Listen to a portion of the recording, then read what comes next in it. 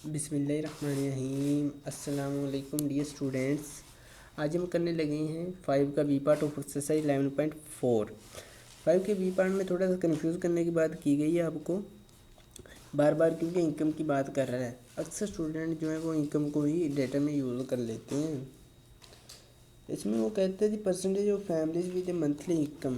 देखिए, जब कहते फैमिलीज़ की मंथली इनकम है तो आपने उसे पॉपुलेशन प्रपोर्शन से डिनोट करना है। जब कह दे कि सैंपल लिया गया है और उस सैंपल की जो परसेंटेज है वो ये है, फिर आपने उसे पी से डिनोट करना है। पी जो है सैंपल प्रपोर्शन होती है, ठीक है, ये सैंपल के लिए यूज़ होती है। और जो पाई है ये पॉपुलेशन प्रपोर्शन होती है, इसे पाई से डिनोट करते हैं।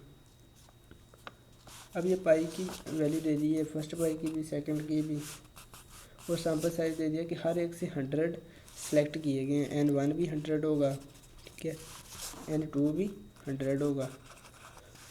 अब वो बात कर रहे हैं कि मीन फाइंड करना है of the difference. Mean find करना है बिटवीन सैम्पल प्रपोर्शन, ये वाला आपने मीन फाइंड करना है। P1 माइनस P2 ये फाइंड करना है। देखें, ये इज इक्वल टू होगा P1 minus P2 is equal to mu ये पाई1 माइनस पाई2।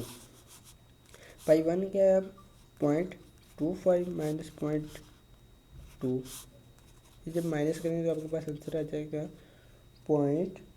0.05। बिल्कुल बुक से मैच कर रहा है। और दूसरे नंबर पर साथ ही वो कह देते हैं स्टैंडर्ड एरर फाइंड करना है ऑफ डिफरेंस। स्टैंडर्ड एरर कैसे फाइंड करेंगे? अब देखें बच्चों, आपने वेरिएंस तो फाइंड कर लिया था। P1 minus P2 is equal to पाई1 माइनस पाई था, ठीक है, डिवाइड बाई N1 प्लस पाई2 इंटू 1 माइनस पाई2 डिवाइड बाई N2। ये तो वेरिएंस था जो हमने पहले क्वेश्चन में अक्सर करते हैं। अब वो कह रहे हैं कि इसका स्टैंडर्ड एरर फाइंड करना है। सिंपली क्या करेंगे, दोनों तरफ से स्क्वायर रूट ले लेंगे, इधर से भी स्क्वायर रूट ले लेंगे। यही एक लॉजिक है जो वेरिएंस और स्टैंडर्ड डेविएशन को अलग अलग करती है।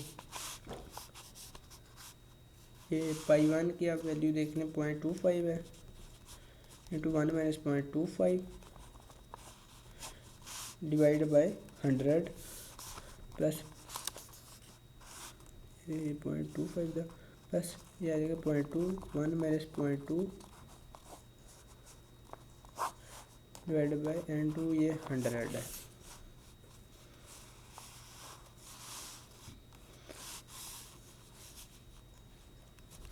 अब इसे कैलकुलेटर से हल करेंगे। कैलकुलेटर से किस तरह करना है ये देखें।